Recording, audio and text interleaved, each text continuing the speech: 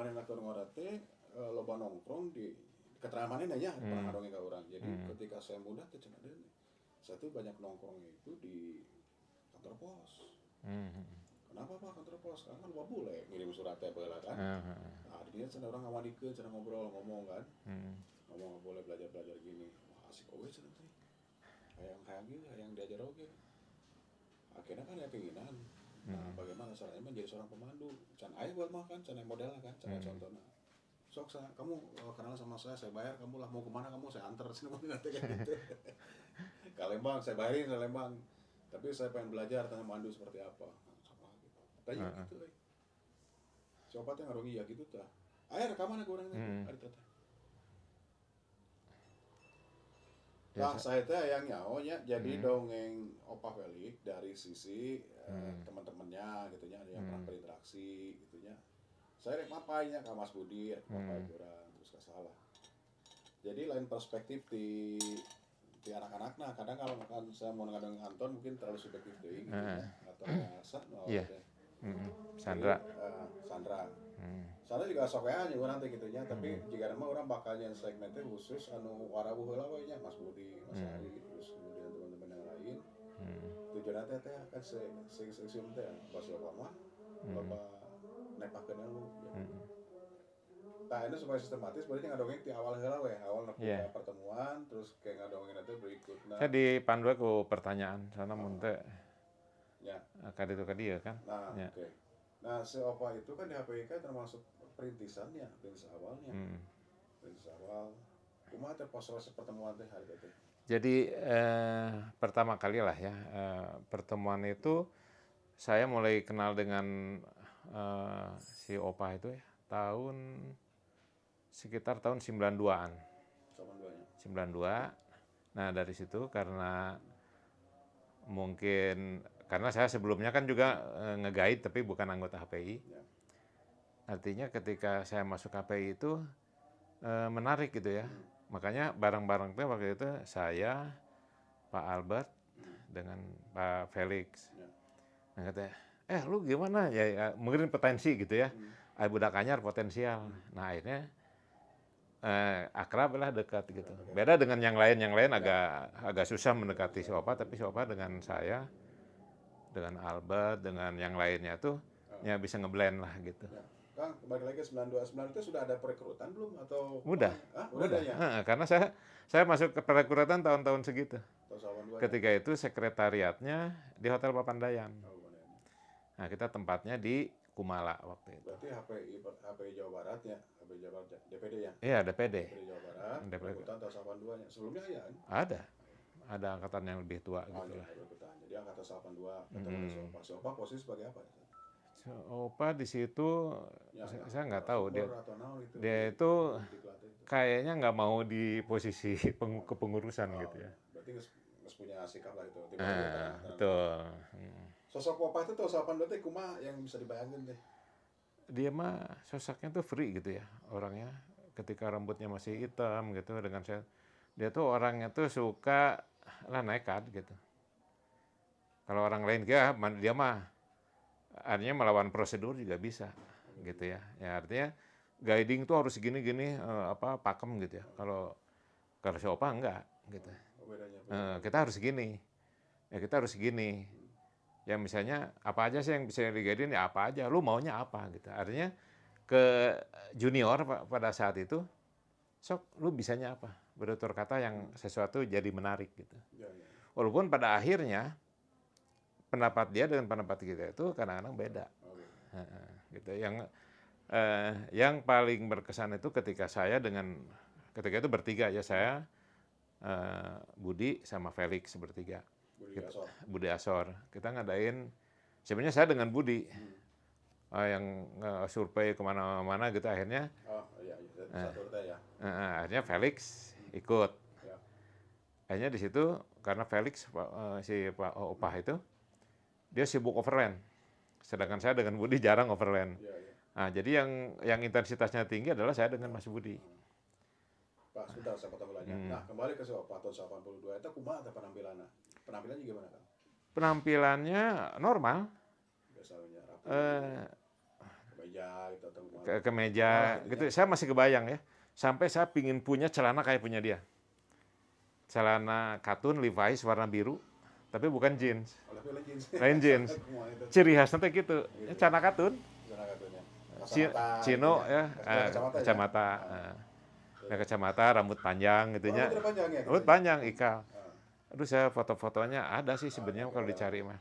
Jadi penampilan teh masih penampilan formal tapi Normal, normal lah gitu. normal. Hanya pakai kaos, pakai kemeja gitu ya.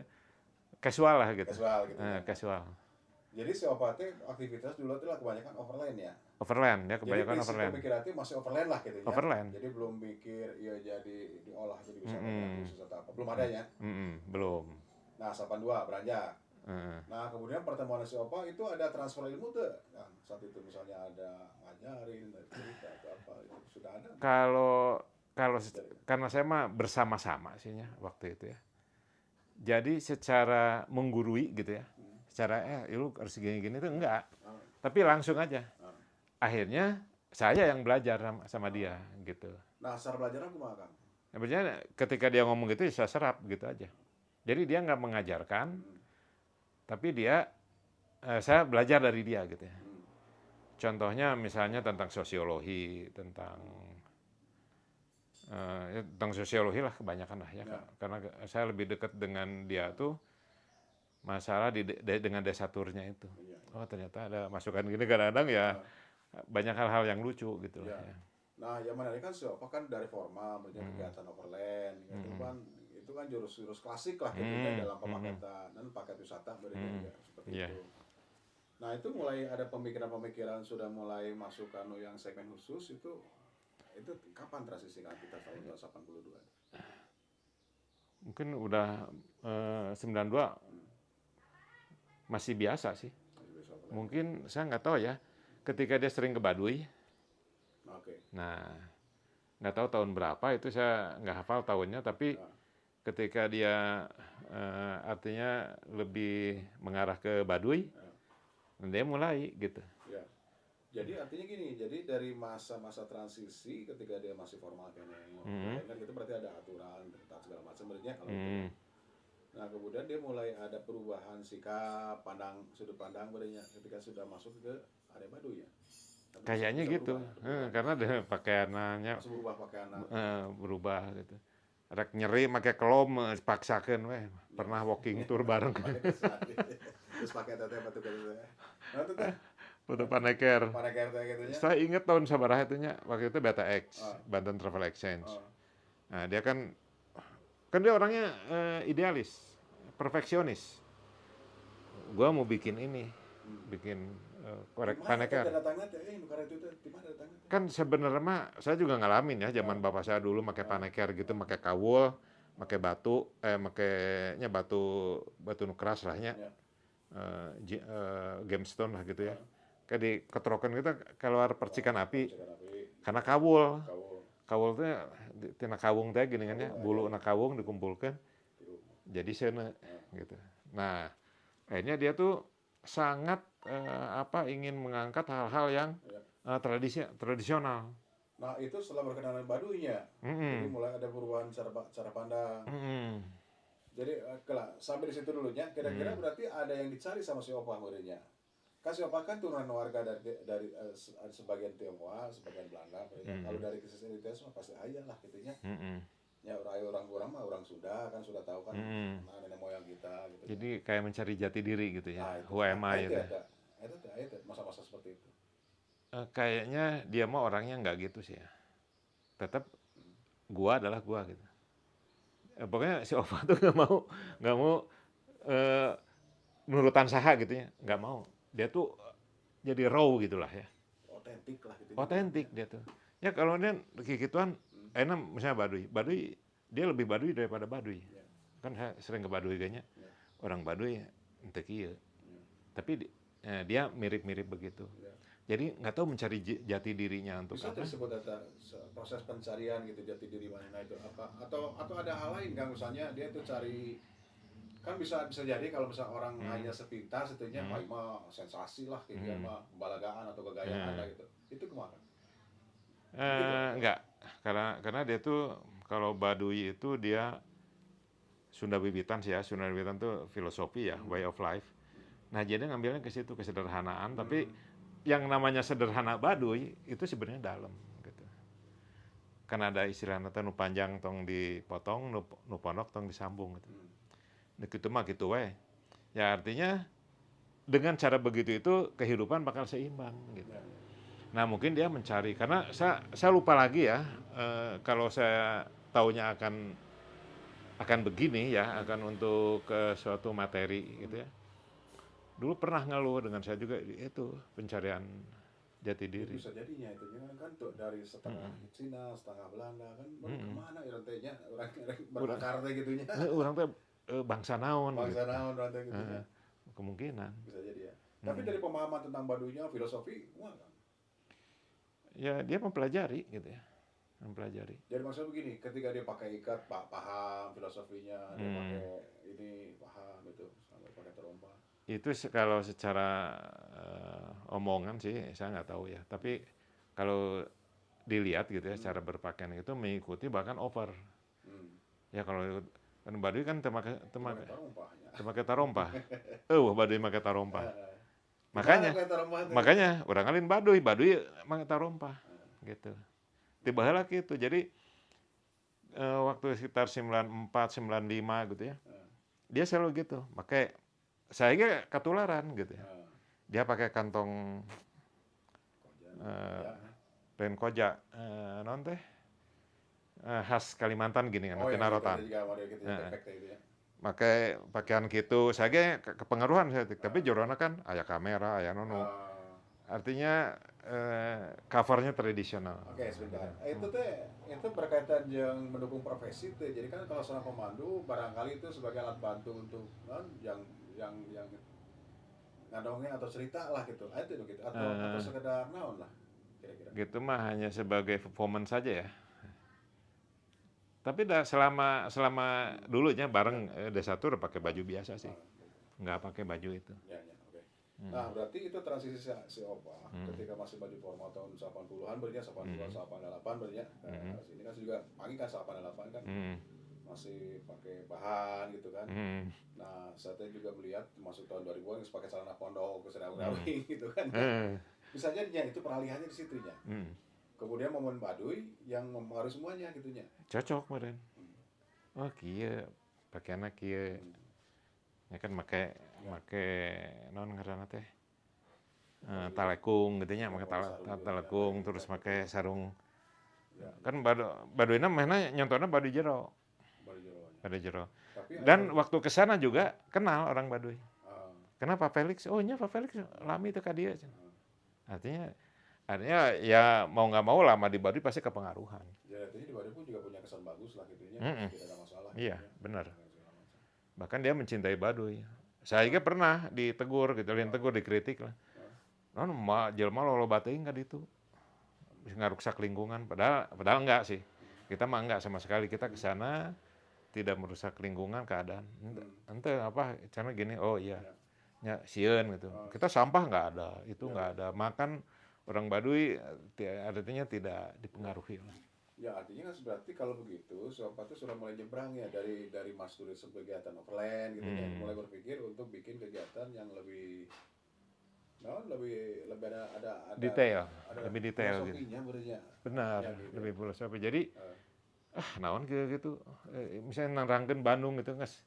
Mainnya mah terlalu elementary lah nukar itu teh. Ya, karena gini pertemuan saya dan siapa itu jangan pernah saya tanya ada yang siapa tentang sejarah itu saya pikir ketika bertemu, orang Belanda katanya.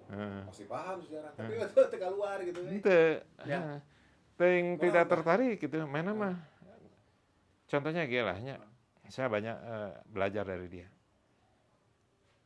Siapa karena jangan dahar. Lu gampang, lu lihat aja tuh tempat sampah. Lu bisa cerita apa dari situ.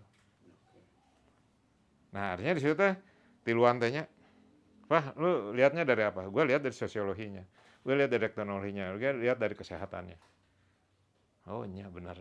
Wah, itu mulai muncul atau pemikiran-pemikiran juga gitu. Karena saya barengan jeung si Opah tehnya.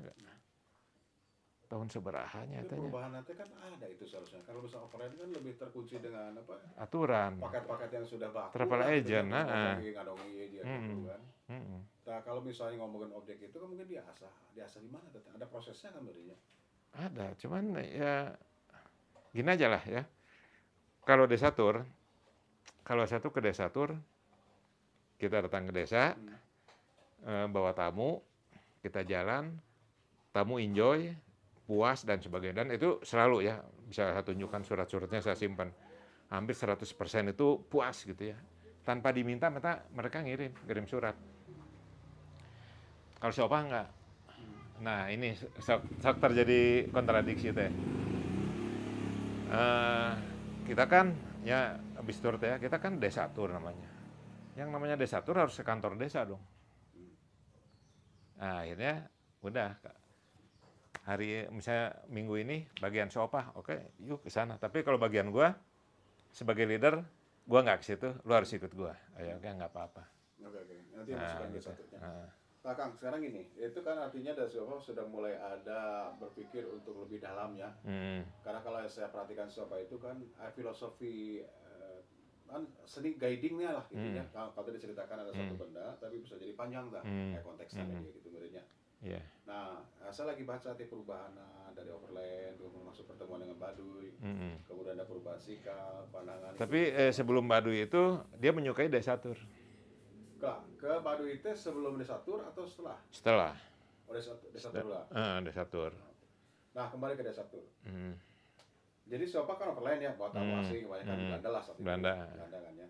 Nah, kemudian dia menggagas desatur itu kumaha? Lainnya desatur itu kumaha? desatur itu sebetulnya saya dengan Budi. Kita bosan katanya. Kita bawa NBBS waktu itu. NBBS itu kalau di Bandung itu ini free. Ada free Program ya. free program. Nah, akhirnya bikinlah itu desatur. Mungkin Sopa juga pernah kemana, cuman nggak intens. Akhirnya saya dengan Mas Budi. Bu, jangan Mas Budi itunya apa? Bikin turnya. Pilih pada obat, minum obat. Kayak minum obatnya sekedarnya.